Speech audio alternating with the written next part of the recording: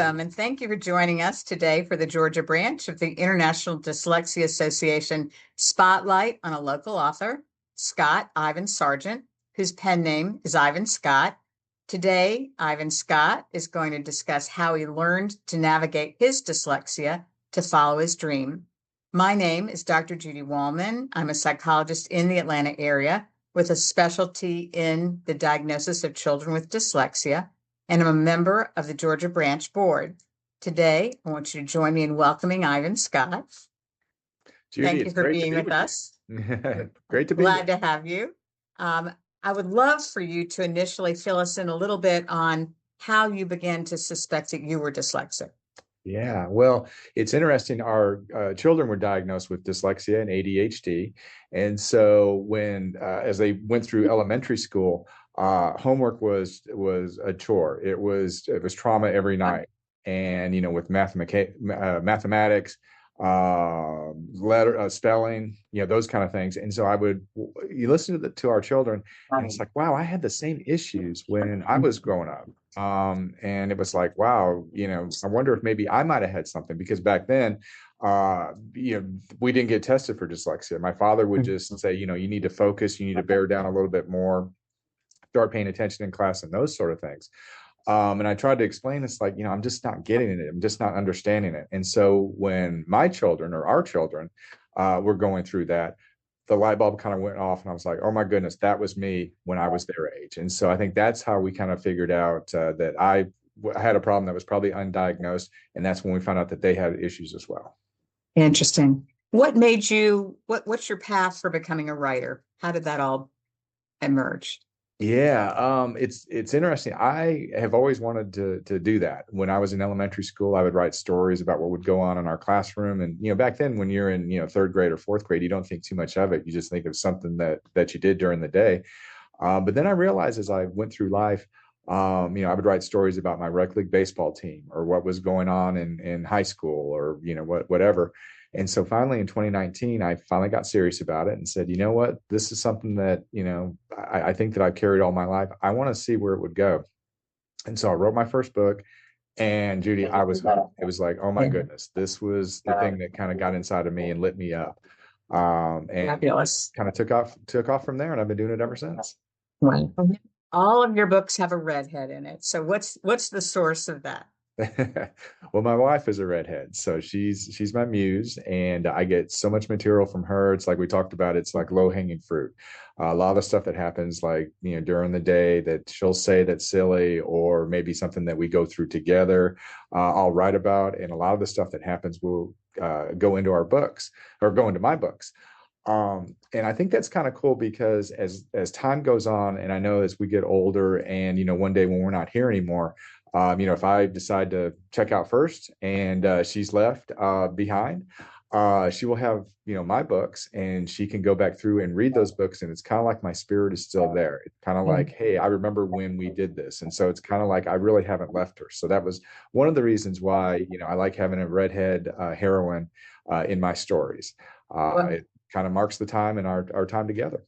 I will give you a shout out. I have already read The Redhead Who Loves Hemingway, and I'm a big sucker for books that do transformation, and your characters do transform. I always feel like that's sort of in the field of dyslexia, our kids transform. And so I loved that in that book. Tell me a little bit, Scott, about, Ivan Scott, what you go through when you actually write a book. Well, I owe this to my dyslexia, and I kind of carry my dyslexia as a badge of honor right now, instead of a challenge or a hindrance or something that's looked at and just, you know, you just shake your head and like, oh my God, I can't believe I have this. Because I think that you talked about the process with me, you know, a lot of people will go from, okay, I need to go from A to F. Okay, so I will go A to B to C to D to E to F. But with me and with my dyslexia, it's like, wait a minute, I can't figure out how to get to F. So I will go from A to M, then maybe to B, and then to T, to Z, and then back. Eventually I will get there, but it's just a different path. And so I think that helps with the creativity when we talk about books. It's like I have to think outside of the box for a lot of this, to come up with a creative way of how would this happen, or how would this be cool for the reader to get them emotionally invested in it. So the creative process for me, comes from just, my brain and the way that I'm wired. The process that I take when I write my books is I take a blank notebook and I'll just start writing down the story that's in my head. And as we talked about before, we have in the literary world plotters and pansters. The plotters are the ones that will write out every scene in their book and they will follow it like a blueprint. But with a panster, that's known as writing by the seat of your pants. Right. Panster. So that's the way that I write my story. So I have them in my head and I don't really write out anything, but I will transfer what's in my brain and how I see the story and how I see the characters and the locations, and then I'll start writing that way. And the way that I write my stories is I have to be able, like I talked about, to put it in a notebook. And then what I'll do is I will, have to be able to cross out sentences or write notes in the margin. And I have to use colors too, because it has to be very visual. I also have a Pinterest page where it's like when I write the protagonist, I'm thinking, okay, the protagonist to me, Patrick Dempsey. So I'll upload pictures of Patrick Dempsey onto my Pinterest page. And each of my books has an individual folder. So I'll have Patrick Dempsey. The love interest looks like Julianne Moore. So I'll upload pictures of Julianne Moore. The setting is New York City. So I'll put scenes of New York City in there. Like you talked about the redhead who loves Hemingway. Right. The book takes place in New York City, so I had to have all kinds of visuals for bridges and for what Manhattan looked like and what the Plaza Hotel looked like and what the streets looked like where they were running around trying to find this lost book. Right. And so once I get the story all put in the notebook and I get all my visuals in my head and I get everything ready to go, I will go on to Google Docs, and they have a feature called text to speech. And so I will read the book into Google Docs and it will transcribe them into the Google Doc, which saves me so much time.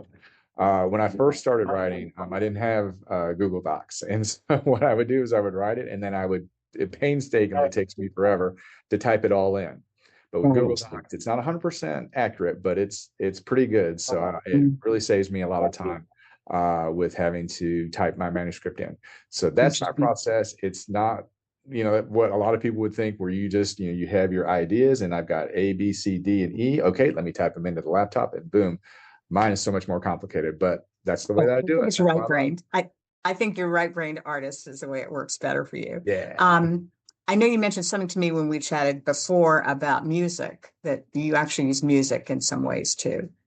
Yes. For certain scenes that I need to get in the mood for, sometimes my brain is just like, you know what, we just don't have it tonight. Just we cannot write this scene and get the reader to be emotionally invested. So sometimes what I'll have to do is I'll have to put on music. Like, for instance, if I have a really tough scene to write, a very sad scene, I will put on some sad music, some meaningful music, some music that has very, sad lyrics.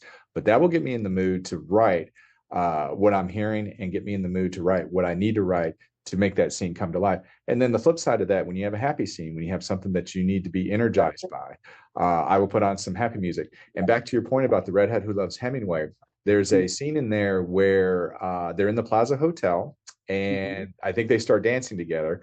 And I'm thinking to myself, what would be a perfect song for this scene? And so I found it in my YouTube playlist, played the song, and then I was just like, okay, I got this scene, and it made it come to life. That's wonderful. What struggles have you faced trying to be a writer? Yeah, I think the reading part has been a big struggle because when I write something, I have to read it back, and sometimes it takes 2 and 3 times for me to digest that. And it's funny because even though I wrote it, the reading part of me will sometimes be a little bit slower, and I'll have to really digest that and really sink my teeth into it and not just fly by it, because a lot of people can just read a couple of sentences and boom, they've got it. But for me, it takes me a little bit longer. But again, yeah, for me, I think that, those kind of things are not so bad because it keeps me emotionally invested in what I'm writing. And so if it takes me a couple of times, it's like, boom, it's like embedded in my brain instead of just flying by.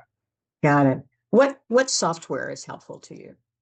Like we talked about, Google Docs is perfect. It's such an amazing tool. Like we talked about the text to speech, which is a great thing. Spell check. Judy, I tell you, if there was not spell check, I would not be an author because nobody would want to read my books because there'd be so many misspellings and bad punctuation, all that. So It's Google Docs and trying to also, be dyslexic now. Yeah. oh yes, yes, I totally get it now. Microsoft Word also is wonderful. And then there's three softwares that are free. There's a pro version where you can buy that have more features. But I use three apps that help me. One is called the Hemingway app, named after my mentor, my favorite author, Ernest Hemingway. And so what you will do is you would copy and paste your manuscript into this app, and it will highlight all the words that, like the adjectives, if you have too many adjectives. Basically, if your manuscript is bogged down by too many words and it doesn't flow, this app will point out those words that you don't need. I noticed a lot of times when you write the word that, sometimes you don't need the word that. It kind of slows down your sentence. And I didn't really realize it till I used the Hemingway app. And I was like, wow, there's words that I don't need. That's just, it's going to make this text flow so much better. That's amazing. From that, I use Grammarly, which is a big help because it will take out the misspelled words. It will also show me where it's like, hey, you don't have a period here, or you're missing a quotation mark. Okay. And it's like when you look at your manuscript after a while, you go, I call it eye blind to it. You miss those little things because you've seen it so many times.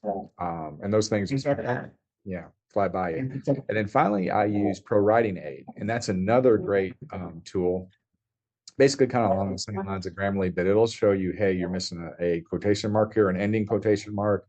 This needs to be capitalized. You missed a period here. You've used this thought in a previous paragraph. You don't need it here. And so once I kind of wash my manuscript through those three things, then I transfer it back to the Google Docs and on to the next chapter.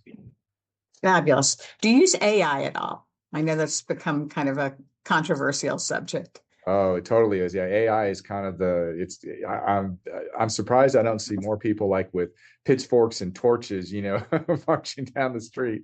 I do use AI, but I use it in a creative way. Like I'll give you for instance, if I was writing a story or a scene about, let's say I was in Rome and I was at the Colosseum.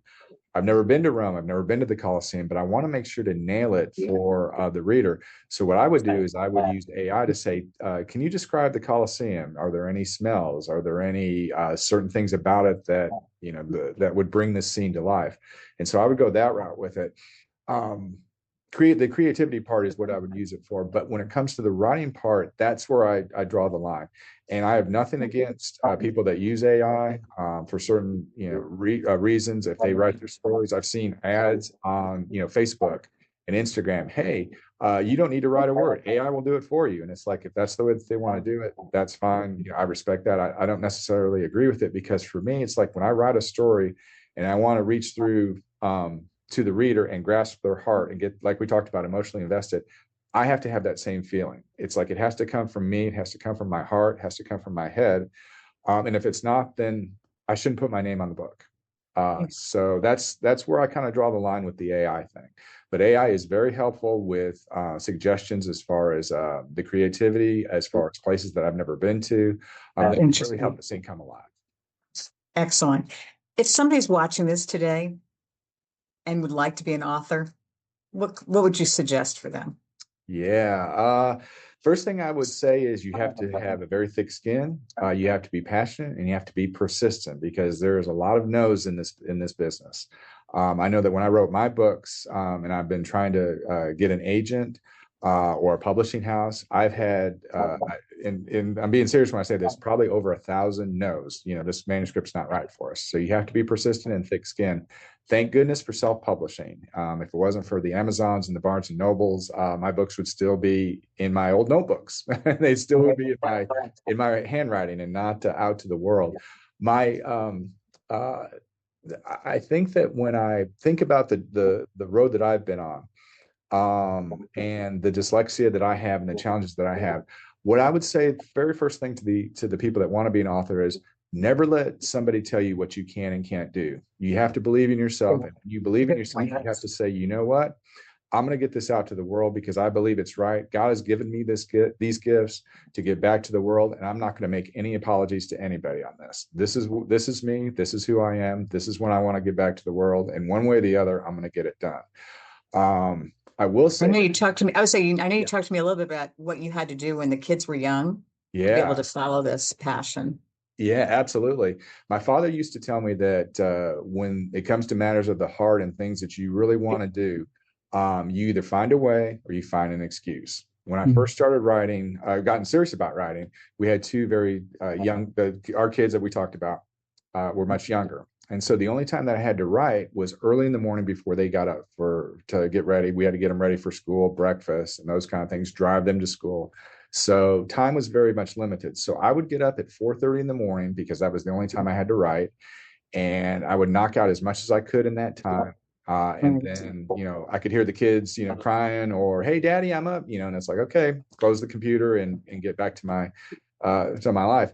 A lot of people say, I just don't have time to write, and I respect that. Maybe they have other things going on that I don't know about, but you find when you really want to do something, you'll find time to do it. For me, it's just like, hey, when can you write? 4:30 in the morning till 6 o'clock. Okay, boom, let's do it. Yeah. So that's the biggest thing is when you really want to do something, You can eventually, push through. yeah. All right. And I know we've got some good news coming soon. You're having a book signing, I believe. Yes, book signing coming up at the end of the month, and so it's going to be for all the books so far that I've written. Oh, wow. Because we talked about my next book is coming out. It's not quite ready yet, so we're not going to be able to have a book. Get up at 4:30. Yeah. So eventually, hopefully this later on this spring or this summer, we will do that. But we are going to have a book signing. It's funny because in the book signings that I've been on, sometimes I sit in the chair and I think, wow, I can't believe I'm sitting here right now with the challenges that I've had and where I've come from and where I've ended up. It's like, wow, it's just amazing. And the reason why I tell people that is because if I can do it, they can do it too. I've talked about Hemingway. Fitzgerald is another one of my heroes, and I will be the first to tell you I am not anywhere near as talented as those guys are. But with passion and persistence, I've gone from where I was back in 2019 to where I am today, and you can do it too. There's no reason why. Good message. Yeah. And if someone wants to follow you, what's your website? Okay, it's ivanscottbooks.com. And Fantastic. I would love to reach out and help anybody that hears this that has questions. All for giving back and paying it forward, as we talked about, how people do. So if you have any questions or any, hey, I'm thinking about this, what do you think? Please hit me up. I'd be happy to help. Fabulous. Thank you so much for being with us today. And thank all of you who are listening. We appreciate it.